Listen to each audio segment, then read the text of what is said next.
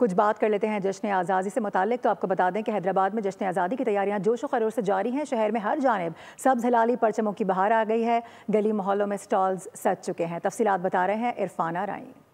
जी, जश्न आज़ादी की तैयारी है और जश्न आज़ादी धूमधाम से मनाने के लिए बच्चे हों बड़े हों खरीदारी में मसरूफ़ हैं। इमरान, अगर आपको दिखाएं तो एक स्टॉल पर हम मौजूद हैं। पाकिस्तानी परचम और पाकिस्तानी परचमों की मुख्तलिफ बहार, जिसमें चूड़ियाँ हैं, बैजेज़ हैं और ड्रेसेस हैं, जो कि ख़रीदारी में मसरूफ़ हैं। बच्चे वो किस तरह 14 अगस्त का दिन मनाएंगे, किस तरह आप मनाएंगे, क्या क्या करेंगे 14 अगस्त का दिन?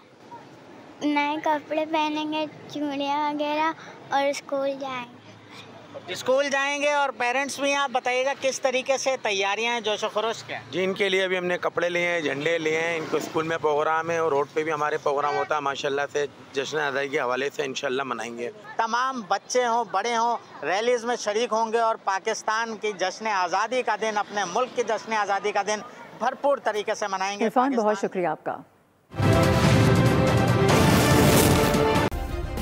सब्सक्राइब करें और बेल दबाएं ताकि कोई खबर रह न जाए।